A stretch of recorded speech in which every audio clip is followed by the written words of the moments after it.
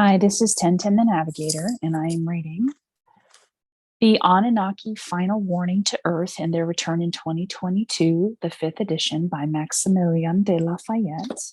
And we're on part 3 of the book. And this section is The World of the Anunnaki and Ulema, question and answers. The page starts on 207, and then it's preceded by a table of contents of different questions that'll be answered by Maximilien de Lafayette. But the first question starts on page 221. On divination and tarot card reading. Question: do the Ulema believe in divination and tarot card reading? At the beginning, I was skeptical, but after having consulted a tarot reader, I became a believer. She predicted things nobody knew or heard about. Sometimes her predictions touched on a very personal note. So my question to you is this: is the tarot something your people accept? Is it a game or the real thing? Salma Taba. Note, we encourage the readers to refer to the book Ulema, Anunnaki Tarot, Extraterrestrial Lessons and Techniques to See Your Future, the world's most powerful book on the occult and foreseeing your future on Earth and in other dimensions, published in February 2010. Answer: yes, the Anunnaki Ulema have used a very unique divination method to explore ultra dimension. The word divination is not totally correct, but we are going to use it for now because it is as close as it gets to the real thing, said Ulema Bakhatar. We can also use the word oracle, as these words refer to the same thing in essence. The other term, ultra dimensions, means a surrounding that is not normally and usually detected by scientific or physical means, said Ulema Saif Eldin.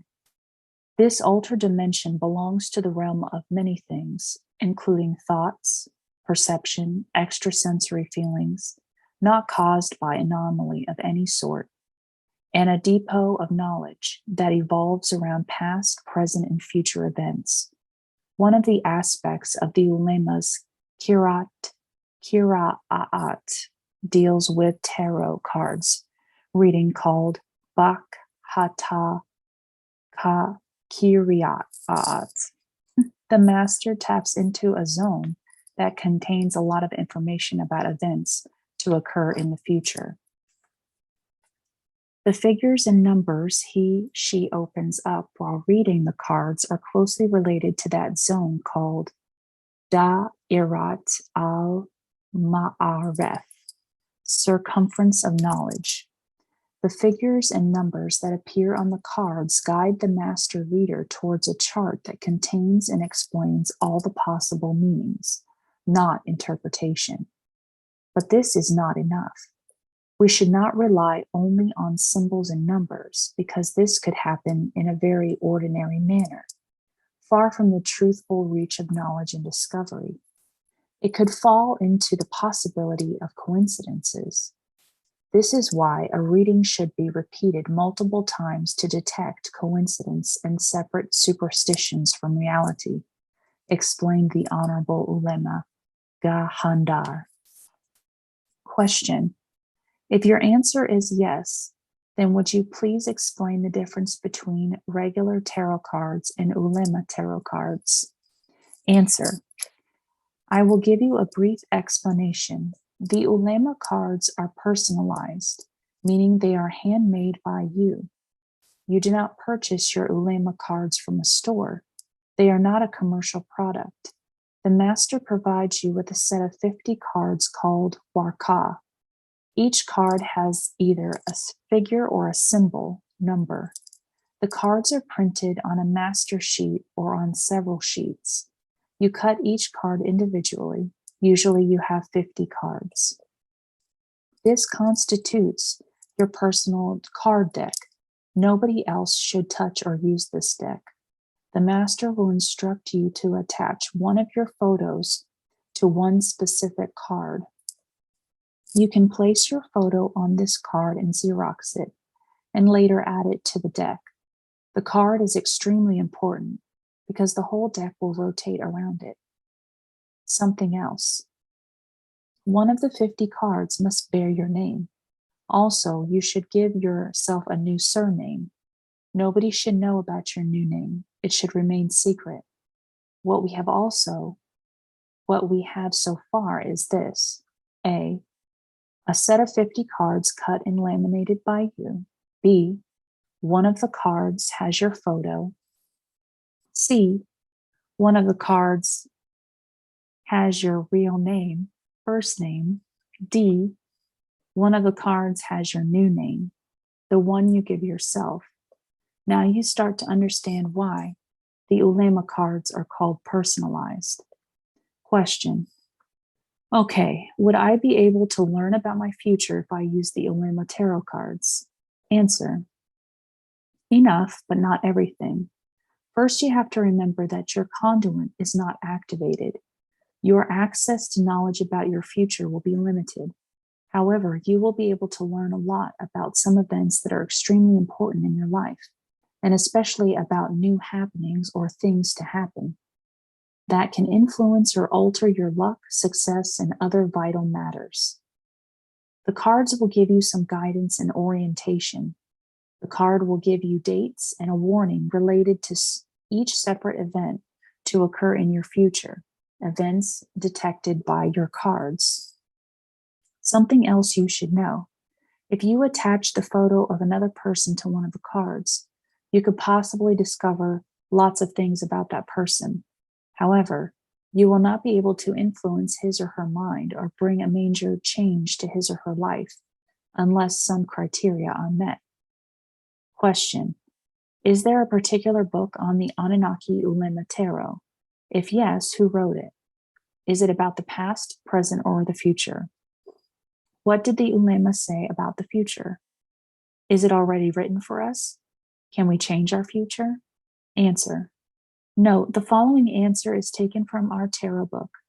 Ulema Mordecai bin Zavi said, Bachat Ulema Tarot has been practiced by the Ulema Anunnaki for thousands of years. It is totally unknown in the Western Hemisphere. Essentially, Bachat is based upon knowledge received from the early remnants of the Anunnaki, also called Anunnaki, an extraterrestrial race which landed on Earth hundreds of thousands of years ago. Very few seers and mystics outside the circle of the Ulema Anunnaki penetrated the secrets of the Bacchats. They were the elite of the priests of Ra, the early Sinhar Kahaldi, early Chaldean priests, astrologers, astronomers, the Tahar, early Phoenician priests, purification priests, and the Ra'u Hainayin, also known in the West as the alchemist Kabbalists. In the whole world today, there are no more than 700 persons who practice the Bachat, and they are called Ba-Ka'ats or Ba-Kahati. 200 of them are the supreme enlightened masters called the Muanawarim. The other 500 masters are simply called Ulema Anunnaki. The teachers of the Ba-Kahat or Ba-Kahati are called Tahirium, and the Ulema refer to them as the Baal Shamarutim. The earliest manuscript on Bachat appeared in Phoenicia circa 7500 BC, and it was written in Anaka. A later version in Anaka Pro-Ugartic appeared 3,000 years later. A third version written in the early Phoenician Byblos script appeared in Byblos and Tyre.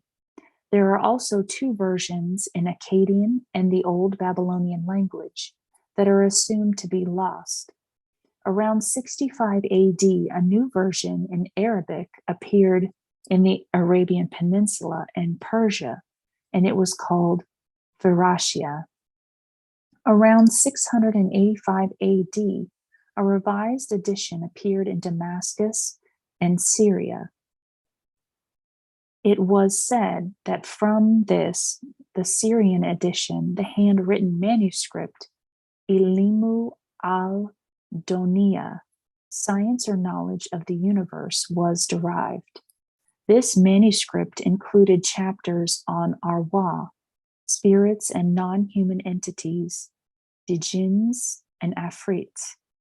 Around 1365 AD, a book titled Shams al-Marif al-Kubra appeared in Cairo and Damascus based upon two books, al-Bakhat, Dirasat al-Mustaqbal, and Ilmu al-Donia. Maximilien de Lafayette said, "The future is neither concealed nor hidden, because the future has already happened in a zone of Zamania that exists very close to the zone or sphere of existence that you already live in." In other words, the past, present, and future are timelines that exist and run concurrently, called Istimraar. Does this mean that every event is consistently being repeated indefinitely in different worlds, dimensions, and times? Yes, it is according to the mainstream science and quantum physics, based upon the theory of the ever-expanding universe. And according to the Ulema Anunnaki, people, humans, and other life forms live simultaneously on different wujud and zaman. Most certainly, they might look different physically and bioorganically because of the atmospheric and climate conditions, and they could or would act differently, convergent or divergent, according to the level of their awareness and intelligence in different worlds. Consequently, you can live a past on this earth and remember very well past events in your life. And in the same time, you remain unaware of your other existences, other pasts and lives in different worlds. Henceforth, you must learn what has happened or what is currently happening to you or to your copies, either on different planets and habitats or in higher dimensions. Now you begin to know that each one of us has infinite copies of ourselves, as well as many separate and independent pasts. Knowing the future and revisiting your past in different dimensions and previous lives is a prerequisite for reading your Bakhat Ahayati, linear future, and Mustaqbal Da'am, multi-dimensional future. There are some events in your past that greatly influence the course of your life and part of your future. The situation gets a little bit tricky when you're not fully aware of major events and decisions you have made in your Mustaqbal Da'am, because few of us are capable of visiting our pasts in different dimensions. The future, in its two forms, linear and multi-dimensional, is what really constitutes your future. However, it is not absolutely necessary to learn about all the phases of your past and what your double or your other copies in different time-space zones have done in the past and or are currently doing in a zone beyond Earth. If you believe that life continues after death, then it becomes necessary to learn about your double and other bioorganic and etheric copies of yourself that currently exist in other worlds. On Earth, in this world, we have one single future. The learned Ulema referred to it as al-Makatub, meaning what was written. This concept has created an intellectual, philosophical, and religious controversy, even an outrage. For all those who have rejected the idea that a supreme creator has already imposed upon us a future, the moment we were born, a future that controls our destiny and our life forever. In other words, what it is already written in the front page of our life dictates the magnitude, level, and development of our future successes, failures, kind of job or profession reserved for us, our health conditions, finances, families, how good or how bad our children will be in the future, sort and amount of joy and pain we will feel in the forthcoming years of our lives, and so on. Others have felt that the Al-Maktub makes us slaves of the Creator because our destiny has been decided upon without our knowledge, consent, and will. If this is the case, then our life has no purpose at all. And no matter how hard we try to reach a higher level of spirituality and awareness, we will always fail because it was written in the book of our future that we have no choice, no freedom to choose, and above all, it was already written that our efforts in this context were not to bear fruit. Thus, it becomes impossible for any of us to change our future and or rewrite what is already written and decided upon in the book of life and destiny. Consequently, learning about our Bachat future would not serve any purpose except to make us feel trapped in this life. This is what many people and some of the early Gnostics felt about this unpleasant and horrible scenario. But the Ulema Anunnaki have a different scenario for all of us, a pleasant and a happy one. Humans have retained their freedom of choice. Thus, they are accountable for all their actions, deeds, intentions, and thoughts. They have the right and freedom to choose, select, and carry on their own plans. And in the process of doing so, they remain the masters of their own destiny and solely responsible for their decisions and the consequences of these decisions. Their mental faculties and the degree of their creativity are shaped by and decided upon by many factors, such as the conduit, the jabas, and the fikr. But their destiny and future remain unconditioned by the DNA, the conduit, and other genetic ingredients fashioned by the Anunnaki. The ethical, moral, spiritual endeavors and aspects of their physical and non-physical structures remain under their personal control. This part of their future can be learned about and read by using the Bachat. In addition, humans' present and future decisions and actions and the consequences of their deeds and intentions could be altered or changed according to their free will and personal choices. All these decisions, deeds, intentions, consequences, and effects are part of one single future, which can be changed at will. But the remaining part of their future, which is conditioned by the genetic formula of the Anunnaki, cannot be changed unless the conduit is fully activated. Reading the Bachat guides you in this direction and explains to you what part of your future can be changed and what part of your future will remain intact. This applies exclusively to the future, to your future on earth, your Irdi future. So are we trapped in this life? Are we at the mercy of the Anunnaki?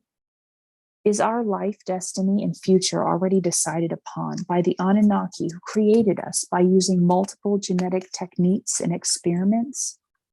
Do we have the power, the choice, the freedom to change our future? If so, is it the whole future or part of it?